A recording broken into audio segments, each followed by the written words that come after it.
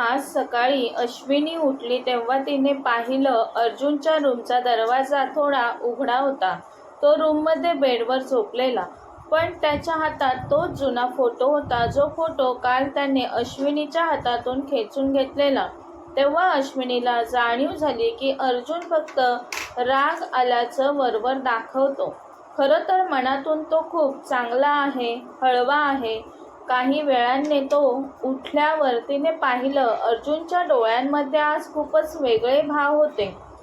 पहिल्यासारखा अहंकार, नफरत नव्हती आज त्याच्या चेहऱ्यावर, पण त्याचा चेहरा आज थकलेला दिसत होता. तो तिच्याशी काही न बोलता शांततेत बाल्कनीत गेला. पुढील काही दिवस अर्जुन आता अश्विनीवर चिडत नव्हता, रागवत सुद्धा नव्हता. तो फक्त शांत शांत असायचा. तो सकाळी घरातून लवकर निघून जायचा आणि रात्री घरी उशिरा यायचा. एक दिवस संध्याकाळची अश्विनी बाहेर गार्डनमध्ये बसलेली तेव्हा तिने पाहिलं बाहेर एक महागडी कार येऊन थांबली. त्या कारमधून एक मुलगी उतरली. खूपच सुंदर दिसत होती ती. ती न थांबता सरळ अर्जुनच्या बेडरूममध्ये गेली. तिला पाहून अश्विनीच्या मनात काहीसं झालं. अश्विनी तिच्या मागे आली. मन बेचैन, अस्वस्थ झालं तिचं. काही वेळाने अर्जुनच्या बेडरूममधून त्या मुलीचा म्हणजेच शणैयाचा मोठमोठ्याने हसण्याचा आवाज तिच्या कानावर पडला. अर्जुन, तू खरंच या गावातील मुलीसोबत राहत आहेस? लोक मजा उडवत आहेत तुझी, बोलत आहेत मिस्टर अर्जुन देशमुखची टेस्ट किती खालच्या पातळीची आहे.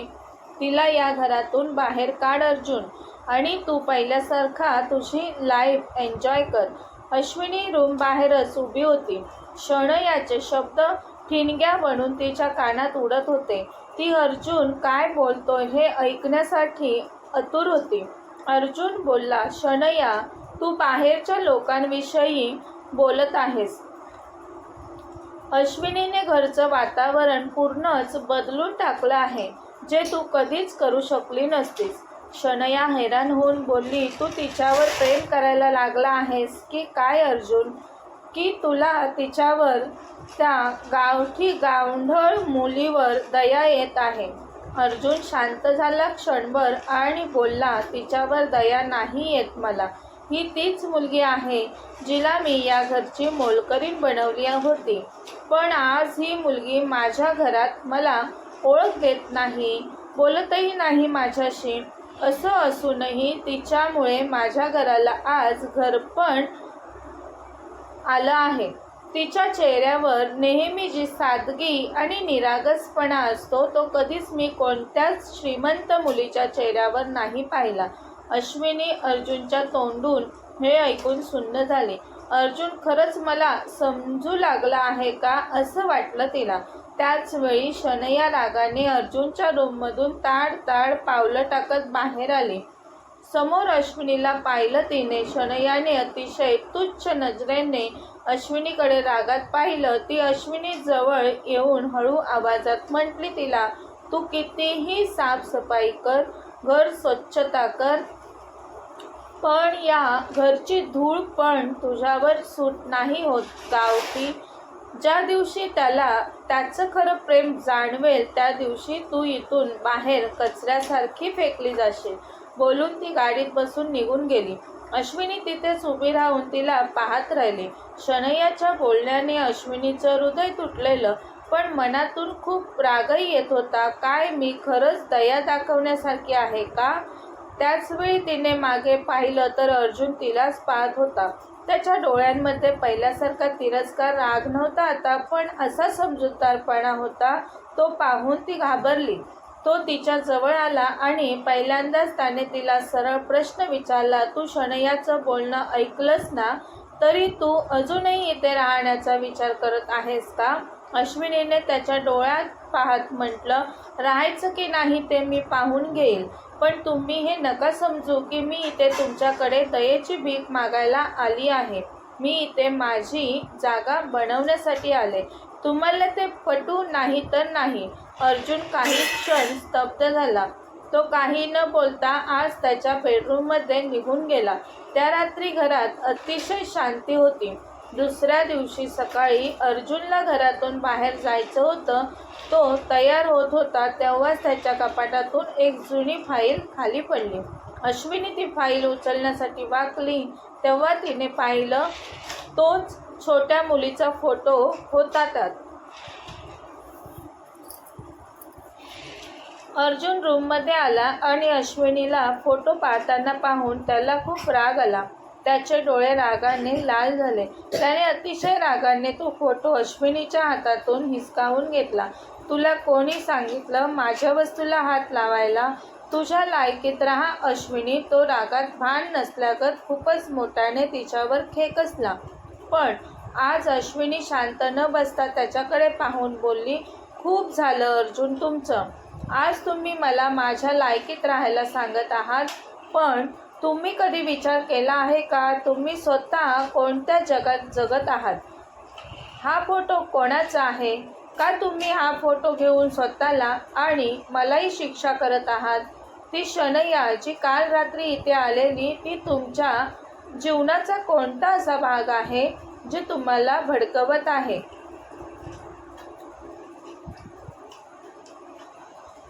तुला काहीच माहिती नाही अश्विनी. तू माझ्या पर्सनल गोष्टींमध्ये इंटरफेअर करू नकोस. तो ओरडला तिच्या अंगावर. तू तुझ्या हद्दीत राहा. हद्दीत राहा. काय बोलत आहात तुम्ही अर्जुन? मी काल रात्री सर्व ऐकलंय. खरंच शनैया तुमची मैत्रीण आहे की आणखी काही? का ती तुम्हाला ब्लॅकमेल करत आहे? ती नक्की कोण आहे तुमची? तिच्यासाठी तुम्ही तुमचं आयुष्य बर्बाद करत आहात. अश्विनीचं बोलणं ऐकून तो सुन्न झाला. खरंच बोलत होती अश्विनी असं वाटलं त्याला आता. त्याचा राग क्षणात गायब झाला आणि तो तिथे सोफ्यावर बसला. तो हळू आवाजात म्हटला, हा सान्वीचा फोटो आहे. माझी छोटी बहीण सान्वी आहे ही. आणि शनैया ती एक चटकीण आहे. तिने माझं संपूर्ण जीवन बर्बाद केलं आहे. अश्विनी लगेच अर्जुनचा हात पकडून म्हणते, म्हणजे सान्वीसोबत नक्की काय केलेलं शनैयाने? तो बोलू लागला, सान्वी 7 वर्षांची होती. नदीच्या किनारी पिकनिकसाठी आम्ही गेलेलो. शनैयाचा त्यावेळी सारखा फोन येत होता मला. ती माझ्या मागे लागलेली पार्टीत मला घेऊन जाण्यासाठी. मी सान्वीला तिथेच सोडून शनैयासोबत बोलत बाजूला गेलो. जेव्हा मी परत आलो तेव्हा माझी बहीण सान्वी नदीत पडून वाहून गेलेली. तिचा काहीच पत्ता नाही लागला. बोलताना अर्जुनच्या डोळ्यांमधून अश्रू टपकू लागलेले. शनैयाने तेव्हा माझी साथ देण्याऐवजी माझ्या घरी असं सांगितलं की मी माझ्या मौज मजेत मग्न होतो. शनैयाने मला नेहमीसाठी बेजबाबदार आणि सान्वीचा गुन्हेगार ठरवून टाकला. तेव्हापासून ती माझ्या याच कमजोरीचा फायदा उचलत आहे. जेव्हा पण मी खुश होण्याचा प्रयत्न करत असतो तेव्हा ती येतेच येते आणि मला सान्वीच्या मृत्यूची आठवण करून देऊन ती म्हणेल तसं वागायला भाग पाडते. अश्विनी त्याचं सर्व ऐकून सुन्न झाली. तिला कळलं अर्जुन कठोर मनाचा नसून तो मनातून तुटला आहे. अश्विनी बोलली, शनैया तुमची मैत्रीण नाही, ती तर एक ब्लॅकमेलर आहे. अर्जुन सर, तुम्ही तुमचं संपूर्ण आयुष्य या शनैयाच्या तालावर घाबरून असंच वागणार आहात का? तुम्ही स्वतःला कधी माफ नाही करणार. तेव्हा अर्जुनने अश्विनीकडे पाहिलं. त्याच्या डोळ्यांमध्ये कोणताच राग नव्हता. एक उम्मीद वाटली त्याला. अश्विनी, तो म्हणाला, मी खूप थकलोय अश्विनी. अश्विनी म्हणाली, तुम्हाला लढायला पाहिजे. तिने अर्जुनचा हात पकडत म्हटलं त्याला, तिने तुम्हाला फक्त एका घडलेल्या गोष्टीची आठवण करून दिले, पण आता तुम्ही तिला तुमची ताकद दाखवून द्या. शनैयाला वाटतं की ती तुम्हाला घाबरवेल तुमच्या बहिणीच्या मृत्यूची आठवण करून देऊन, पण आता तुम्ही एकटे नाही आहात. अर्जुनने आता हिंमत एकवटली आणि त्याचा फोन हातात घेतला. आता त्याच्या चेहऱ्यावर कोणतीच भीती नव्हती. त्याने विचार करून शनैयाला गेस्ट हाऊसमध्ये बोलवलं. शनयाला वाटलं अर्जुन तिला परत त्याच्या आयुष्यात स्थान देण्यासाठी म्हणवत आहे, म्हणूनच फोन करत आहे तो मला. ती पूर्ण तयारीनिशी त्याला भेटायला आली. तिच्या चेहऱ्यावर एक अजीब घमंड होता. जशी ती आत आली ती लगेच बोलली, अर्जुन, मला माहिती होतं तू मला नक्कीच मिस करत असणार. ती अश्विनी कोण आहे? बस एक गावची साधारण मुलगी. आता बस झालं अर्जुन, तू मला स्वीकार. शनया बोलली अर्जुनला. तो शांत उभा होता. त्याच्या डोक्यामध्ये अशी आग होती ती शनयाने पहिली कधीच पाहिली नव्हती. त्याने सान्वीचा फोटो शनयासमोर फेकला. अर्जुन मोठ्याने बोलला, तुझ्यामुळे माझी सान्वी आज या जगात नाही. शनया घाबरली. ती लगेच म्हणाली, अर्जुन, काय बकवास करत आहेस? अर्जुन तिच्यावर रागवत तिला म्हणाला, तूच तर मला पार्टीसाठी सारखं सारखं फोन करून सतावलेलं. तूच तर माझ्या छोट्या निरागस बहिणीला माझ्या जवळून दूर केलं. आणि जेव्हा ती घटना घडली त्यावेळेस तू माझी साथ द्यायची सोडून परदेशात पळालीस. तू तिथे मजा करत होतीस आणि मी इथे सान्वीच्या गुन्ह्याच्या ओझ्याखाली रोज रोज मरत होतो. तीळ तीळ मनातून तुटत होतो. शनया म्हणाली, अर्जुन, मी तर बस तुला विसरायचा प्रयत्न करत होती. नाही, तो ओरडला मोठ्याने. तू मला माझ्याच नजरेत खाली पाडत होतीस. तुला वाटलं मी तुझ्यासोबत लग्न करेन. ही माझी सगळ्यात मोठी चूक होती की मी तुझ्यावर विश्वास ठेवला. तू माझ्या आयुष्यातील सगळ्यात मोठी चूक आहेस. अश्विनीने पुढे येऊन म्हटलं, शनया, तू चुकीच्या भ्रमात आहेस की अर्जुन तुझ्यावर प्रेम करतो. अर्जुनने तुला याकरता बोलवलंय की तू स्वतः तुझ्या डोळ्यांनी पाहावं की ज्या स्वप्नांना तू बरबाद करण्याचा प्रयत्न करत होतीस तो प्रयत्न संपला आहे आता तुझा. शनयाचा चेहरा पाहण्यालायक झाला. ती मोठ्याने ओरडली, म्हणाली, अर्जुन, तू मला बेइज्जत करण्यासाठी बोलवलं. तुला काय वाटलं अर्जुन, तू माझ्या धमकीपासून सुटशील? अर्जुनने तिच्याजवळ जाऊन म्हटलं, धमकी? आता मला तुझ्या धमकीची भीती वाटत नाही. तुला भीती वाटायला हवी. जो माणूस वर्षानुवर्ष सहन करत राहिला त्याला तुझ्या धमकीची भीती नाही वाटत. तू माझ्या जीवनातून निघून जा कायमची. शनया, जसं माझ्या सान्वीच्या गुन्ह्याचं ओझं माझ्या डोक्यावरून गायब झालं. सान्वी नेहमी माझ्या आठवणीत राहील, पण माझं मन तिच्या ओझ्याखाली तीळ तीळ तुटणार नाही आता, कारण मी कोणताच गुन्हा केला नव्हता. शनया चिडून तिथून निघून गेली. पण अश्विनीला जाणीव झाली की अर्जुनच्या मनावरचं सर्वात मोठं ओझं हलकं झालं याची. अर्जुनने आज पहिल्यांदाच अश्विनीचा हात हातात घेऊन म्हटलं तिला, अश्विनी, आज मला पहिल्यांदाच फील झालं की खरंच मी माणूस आहे. नाहीतर इतके दिवस मी स्वतःलाच विसरून गेलो होतो. शनया गेल्यानंतर बंगल्यातील वातावरणात अजीब शांती होती. ही शांती भीतीदायक नव्हती तर सुखद होती. अर्जुन गेस्ट हाऊसच्या खिडकीतून बाहेर अंधाराकडे पाहत होता. तेव्हा अश्विनीने तिथे येऊन अर्जुनचा हात पकडला. तुम्ही ठीक आहात ना अर्जुन? तिने हळू आवाजात विचारलं. त्याने वळून तिच्याकडे पाहिलं आणि एक हलकं स्मित केलं. अश्विनी, एवढ्या वर्षांपासून मी काळजावर दगड ठेवून जगत होतो. आज तो दगड गळून पडला आहे. मला खूप हलकं वाटत आहे. अश्विनी, पण मला भीती वाटत आहे की हे एक स्वप्न तर नाही ना याची. तेव्हाच अर्जुनचे बाबा तिथे आले. त्यांनी अर्जुनच्या खांद्यावर हात ठेवला. त्यांच्या डोळ्यात पाणी होतं. ते बोलले, बेटा, शनयाचं बोलणं मी ऐकलं. मी चुकीचा होतो. त्यावेळी त्या दिवशी मी पण त्या पार्टीच्या चमक धमकमध्ये आंधळा झालेलो. मी सान्वीच्या सुरक्षेची जबाबदारी तुझ्यावर सोडलेली. सान्वी तर आपल्या सर्वांचीच जबाबदारी होती. अर्जुनने बाबांकडे पाहिलं आणि त्यांना कडकडून मिठी मारली. इतक्या वर्षांपासून असलेला दोघांमधील दुरावा आता दूर झाला. बाबा, मला वाटायचं तुम्ही माझ्यावर प्रेम नाही करत, तो रडक्या आवाजात बोलला. पण आज समजलं आहे की तुम्ही पण सान्वीच्या दुःखात डुबले होते. बाबा शांततेत निघून गेले. अर्जुनने वळून आता अश्विनीकडे पाहिलं. आज त्याच्या डोळ्यांमध्ये भाव वेगळेच भासले तिला. अर्जुनने तिचा हात त्याच्या हातात घेतला आणि हळुवारपणे बोलला, अश्विनी, आज मी तुला खरं सांगणार आहे, जे मी माझ्या रागामागे लपवून ठेवलं आहे. अश्विनी, खरं तर हे आहे की मी तुला कधीच त्रास देणार नव्हतो. ज्या दिवशी आपलं लग्न झालेलं त्या दिवशी मी खरंच खूप घाबरलेलो.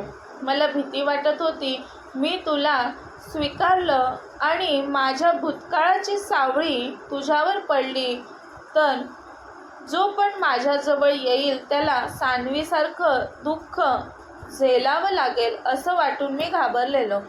अश्विनी, म्हणूनच मी नेहमी तुला स्वतःपासून दूर ठेवत होतो. मी तुला जबरदस्ती लग्न बंधनात बांधलं होतं, पण मी आतून तुटत होतो. मला तुला आजाद करायचं होतं. मला वाटलं तू या इथल्या वातावरणाला वैतागून निघून जाशील, मला सोडून जाशील. तू तुझ्या जीवनात खुश होशील इथून गेल्यावर असं वाटत होतं मला. मी तुला माझ्या बर्बाद जीवनाचा भाग बनवणार नव्हतो कधीच. अश्विनीला वाटलेलं तो तिला पसंत नव्हता करत, पण आता त्याच्या बोलण्यावरून तिला कळलं तो तर तिला या सगळ्यापासून वाचवण्याचा प्रयत्न करत होता. पण अश्विनी, तेव्हा मला नव्हतं माहिती की तुझा निरागस स्वभाव आणि तुझ्या स्वभावातील सहजता, तुझी हिंमत माझ्या जीवनाचं मलम होईल. तू मला तुझ्याजवळ येण्यास फक्त चान्स नाही दिला तर माझ्या तिरस्कारालाही तू धुळीला मिळवलं आहेस. आता शनयाची भीती कायमची नष्ट झाली आहे माझ्या मनातून. मला नाही वाटत अश्विनी तू माझ्या आयुष्यातून निघून जावंस आता. अर्जुन, मी तुम्हाला सोडायचा विचार कधीच नव्हता केला. मला माहिती होतं की तुम्ही वाईट नाही आहात, बस दुःखी आहात. पण ते कारण कोणतं ते कळत नव्हतं मला. आता तुम्ही खुश आहात तर मला या लग्नबंधनातून मुक्त व्हायचं नाही. मला तर संपूर्ण जीवनभर सोबत राहायचं आहे तुमच्या. अर्जुनने खुश होत पटकन अश्विनीला आनंदाने मिठी मारली. अर्जुनने अश्विनीचा हात हातात घेत म्हटलं, अश्विनी, मी तुला माझ्या या अंधारमय जीवनातून आजाद करणार होतो, कारण मला वाटलेलं मी तुला खुश नाही ठेवू शकणार. पण आज मला समजलं आहे की आनंद बाहेर नसून आपल्या आतमध्ये असतो. तू मला एक चान्स देशील? आपल्या नात्याला एक चान्स देशील का अश्विनी? अश्विनीने हसत त्याचा हात तिच्या गालावर ठेवला. ती म्हणाली, अर्जुन, मी तो चान्स तुम्हाला आपल्या लग्नाच्या पहिल्या दिवशीच दिलेला, जेव्हा मी लग्न करून या बंगल्यात पाऊल ठेवलेलं. तुम्ही फक्त तुमच्या डोळ्यांवर तिरस्काराची पट्टी चढवलेली. आज त्यांच्या वैवाहिक जीवनाचे खऱ्या अर्थाने सुरुवात करणार होते ते दोघे. अर्जुन बोलला, सान्वी कायम माझ्या आठवणीत राहील, पण मी तिच्या आठवणीत आता स्वतःला संपवणार नाही, विसरणार नाही.